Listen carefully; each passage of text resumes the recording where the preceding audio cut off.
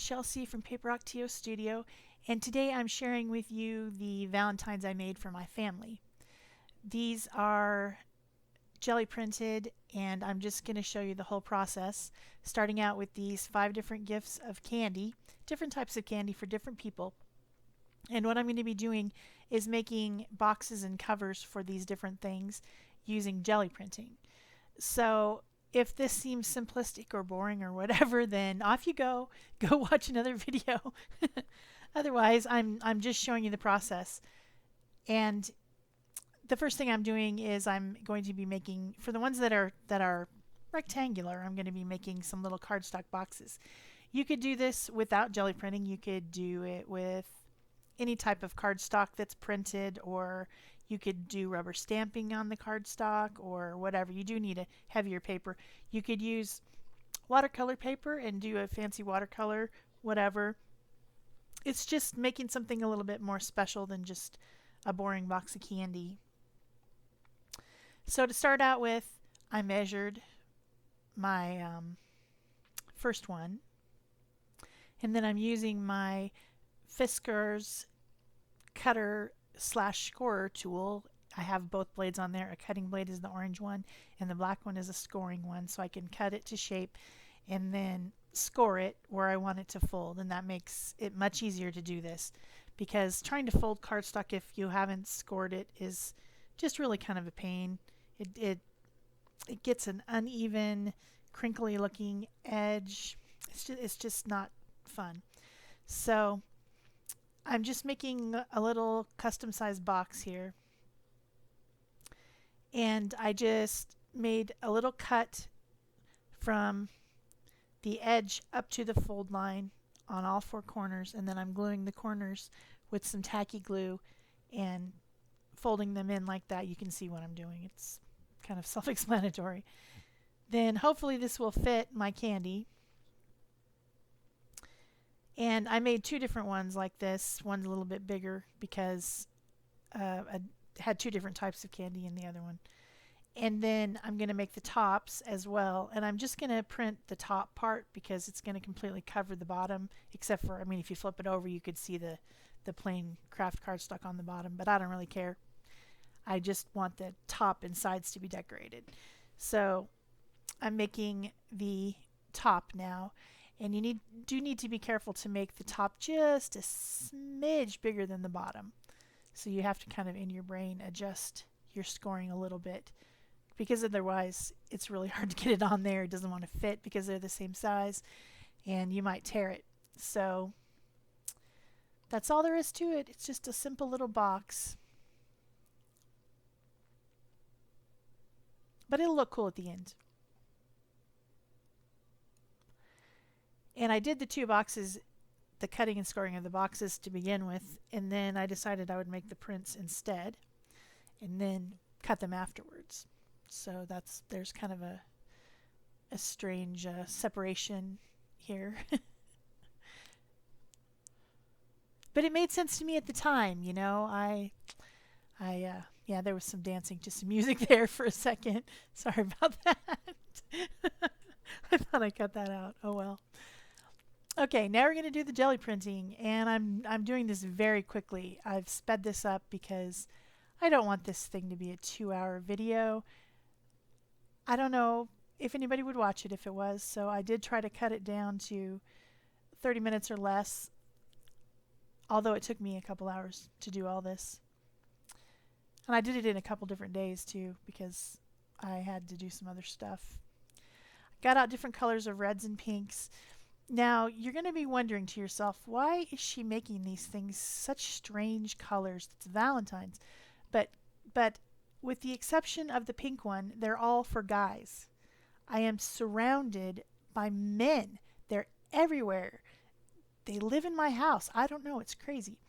So my things tend to be on the masculine side when I'm making things that I'm actually going to use, and you know, and these are literally my family's gifts. This is what they're getting.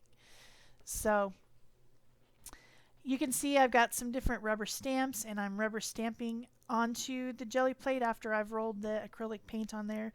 This is a medium body Liquitex Basics So it's got a little bit of gushiness to it. It's not real liquid.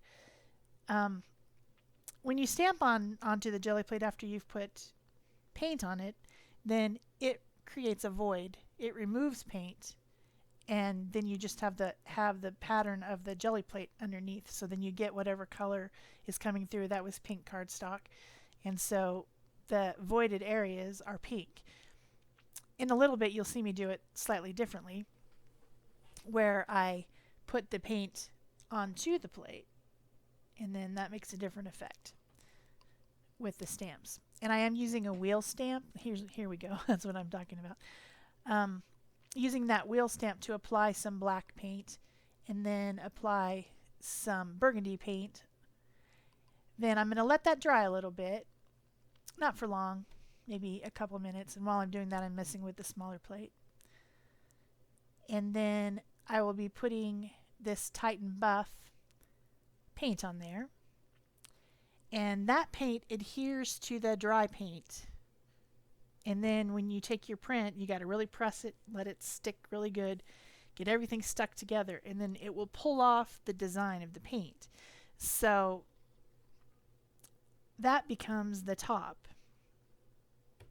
The rolled on paint that went onto the jelly plate and dried becomes the top layer, and then you've got the Titan Buff underneath. So that's probably my favorite thing to do.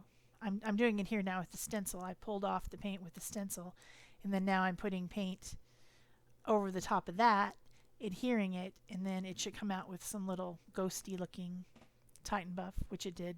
I'm sorry this is speeded up, but you might want to see them a little bit closer, and I will have some pictures at the end.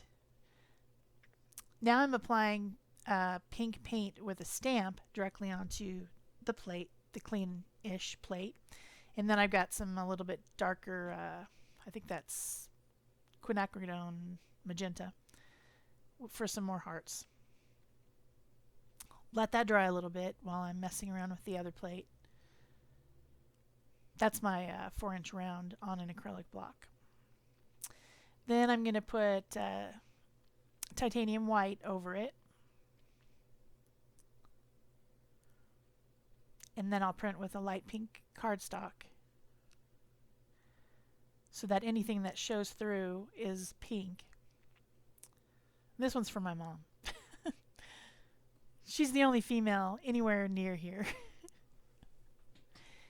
And then I wanted to put the word love on there, so I'm just using some acrylic paint to stamp over the top of the jelly printing. Because when I put it right onto the plate, it makes the word backwards, and I forgot about that. I did it on the first one, but I forgot about that. So I'll fix that later. Now I've got the heart stencil again. And I just wanted to put something on that darker piece that I had made.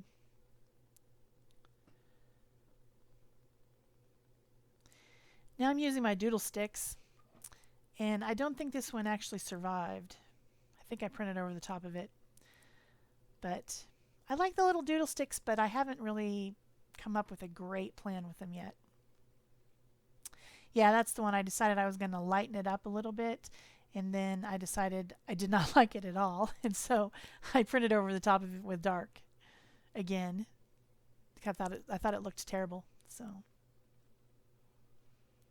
I end up using almost all of these. There's a couple scraps left, but this is a short printing session. I didn't go crazy.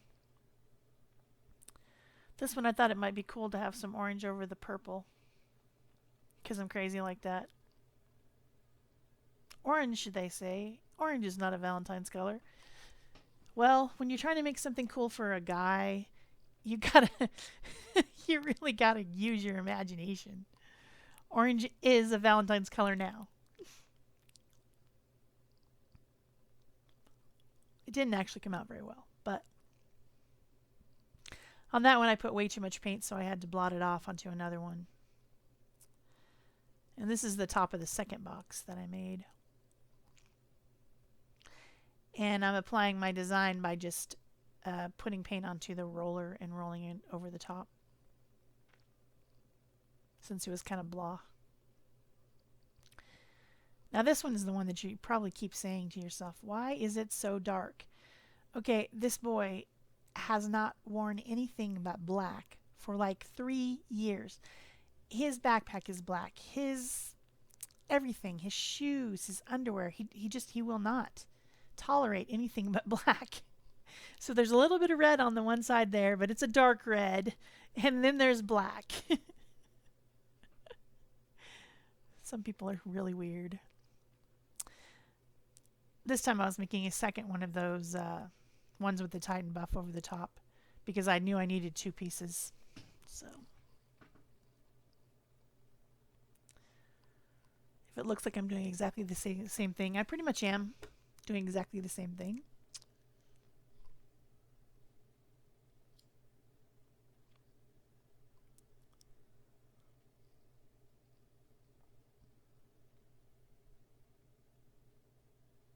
And there you have it.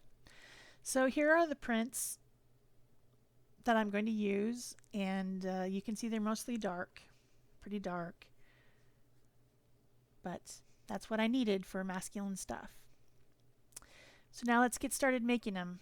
This one that's for the boy who only wears black, I figured I better stamp some black over the top of it. So I'm using archival ink from Ranger, which is a permanent ink, to stamp love and some hearts over the top of it. That's the first one I did, and I forgot that the word was going to be backwards. So you can actually see a ghostly imprint of love there backwards. And I just wanted to detract from that. So I stamped over it, and now it just looks like a part of the design and not an actual mistake. I have done words on my jelly plate before, but I forgot I had to make a reversed stamp to do it. So silly me. So that's the box of Andy's mints, and then I've got this black organza ribbon. I have this whole drawer of ribbon that's left over from when I was a Stampin' Up! Demonstrator. They used to have white organza. I don't think they do anymore. Then this other one has 1 box of Andy's mints and 1 chocolate chili lint bar. This boy really likes red. Red is his favorite color. And he likes hot things, like chilies. So he's getting chili chocolate, but then some mint chocolate to cool him off.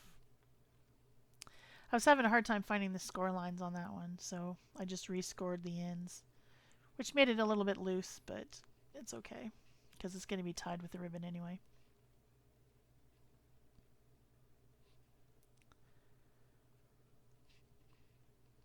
That's the piece that I rolled with the paint over the top of the design to lighten it up a little bit.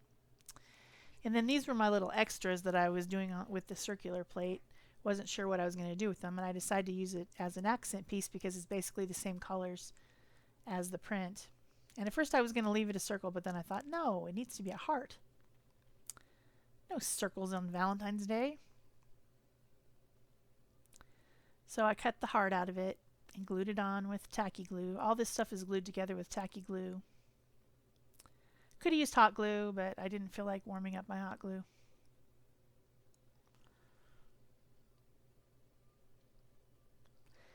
And then this is my food ball pin, which writes over anything. And I just drew black around the heart to make it stand out a little bit more. And then I've got gold organza, which was the only thing that I really had that would match, kind of match that Titan buff paint.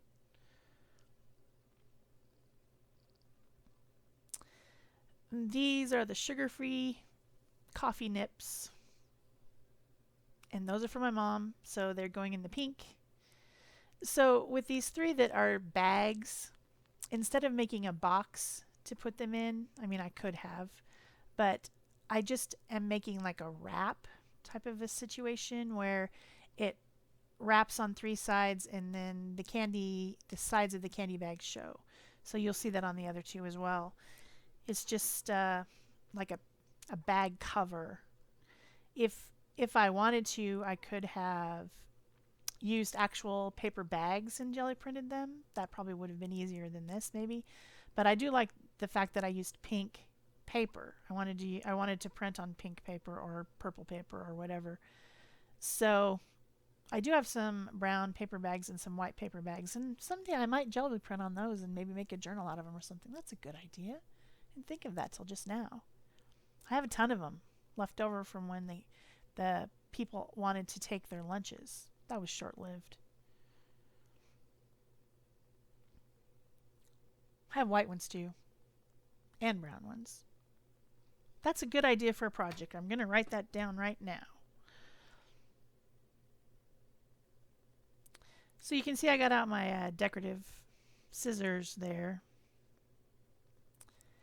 And then when I was putting that one together, because I needed two different pieces, I thought, you know, this would be cute to just make that part of the decorative element and have the little print fold over into the front instead of completely covering it.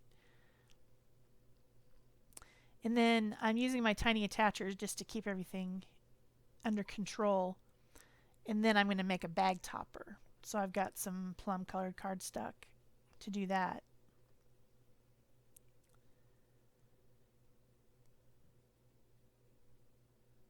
And I'll use the scraps left over from my printed paper to make a decorative accent on there as well. Let's make everything coordinated.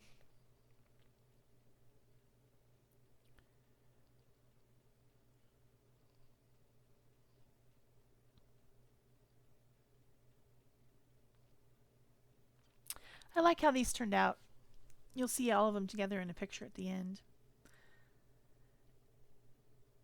Now I'm going to punch these, and man, I had to press really hard to get the hole through, and then thread the ribbon through it and tie it in a bow like it's a little special bag with a pretty bow. At the end I'll put tags on all of them, so you'll see those too.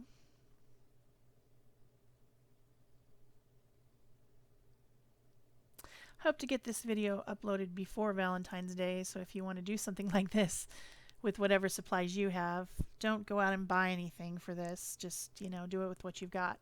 Unless you don't have anything, and then I guess maybe you want something.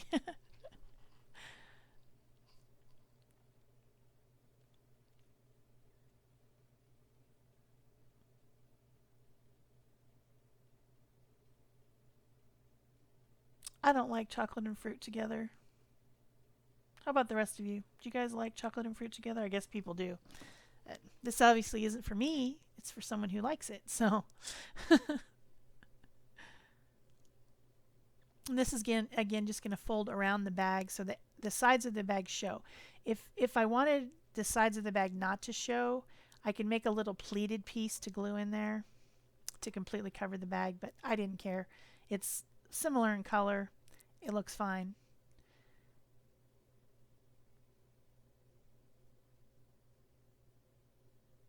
I do these at Christmas time sometimes too, with the squares in these boxes where they have like the peppermint bark ones and stuff like that, and the caramel. They make really great little teacher gifts and things like that if you just cover them in some pretty wintry or Christmassy paper. You could jelly print them, obviously. I made a bunch of Christmas jelly prints this year. You guys might have watched the video. I don't know. I think I did blues and turquoise and maybe purple and snowflakes. This one I have a really hard time punching. I'm about ready to kill my hand. And then I've got some grosgrain ribbon to thread through this one, which happens to match the cardstock topper.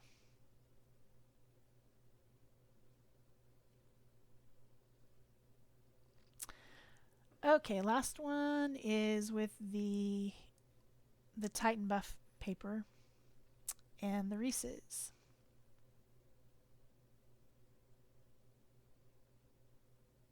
I'm having trouble because of my lights. I'm having trouble seeing my little measuring lines on my Fiskars thing. I keep having to lift it up and look at it because the light is really bright. In order for the video to be halfway decent, you've got to have really good lights. Bright, bright lights.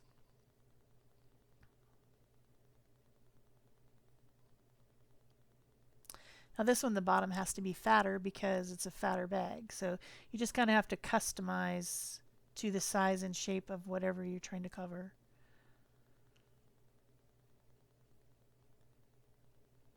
I just glue the two of them together on the bottoms.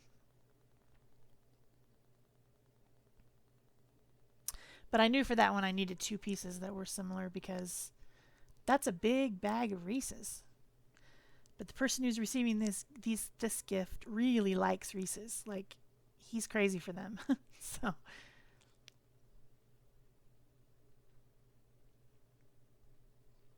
And then I'm making a coordinating topper out of red cardstock for this one.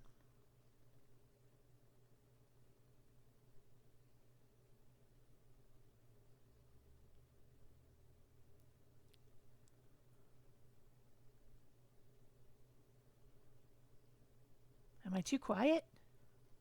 I think I'm too quiet. I need to start talking. Oh my goodness.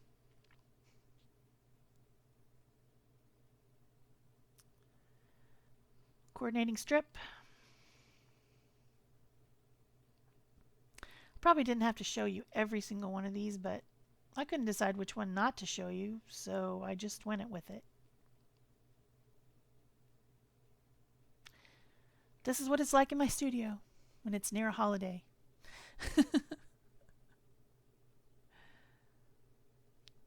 So this is the beginning of the tags. I'm making tags for them all too. The edge was kind of crooked on the decorative cutting, so I just decided to glue a tag over it and then you won't notice. Rather than take it back apart and trim it and, you know, get a little bit crazy, I'll just glue this right on top and then... What crooked edge? There's no crooked edge. What are you talking about? That's how I roll.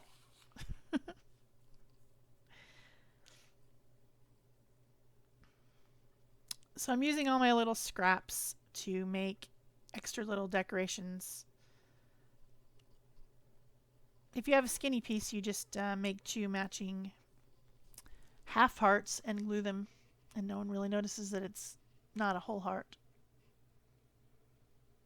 Or if you wanted to be dramatic, you could make it zigzag in the middle and it could be a broken heart, you know, but nobody around here has a broken heart. And then I just folded a scrap of the same cardstock from the topper and put the decorative scrap and then made a little heart out of the same paper and put that on. I've got some gold really fine cord and I really need some more of that. It's running out. My copper one's got like just a teeny tiny bit left. So I hope I can find it somewhere. I use this a lot on my cards and stuff. Just adds a little bling without being overpowering.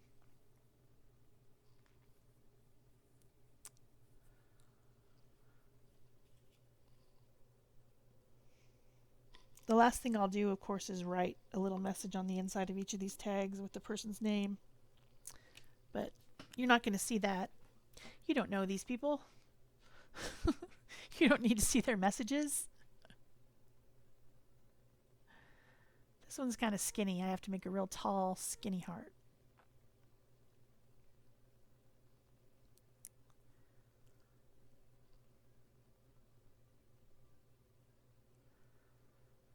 You got to use up all your scraps, you know, even if it's scraps of cardstock. I don't ever throw anything away except for things that I just, you know I'm never going to use. Like if it's smaller than a half an inch, it's going to get thrown away probably. But other than that, I save all of it.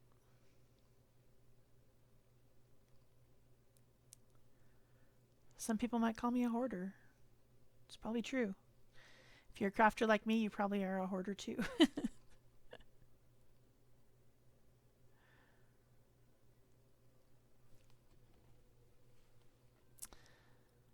So just the little tags for the boxes and then we'll be in the pictures.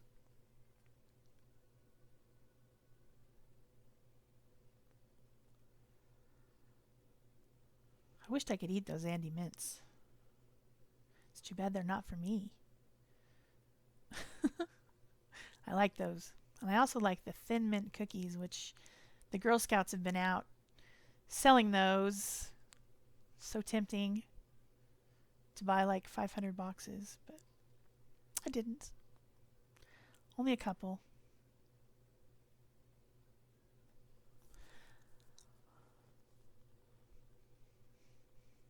And the boy who only wears black gets a black heart. And I'm drawing the outline with my white Posca pen, which is running out, as you can see.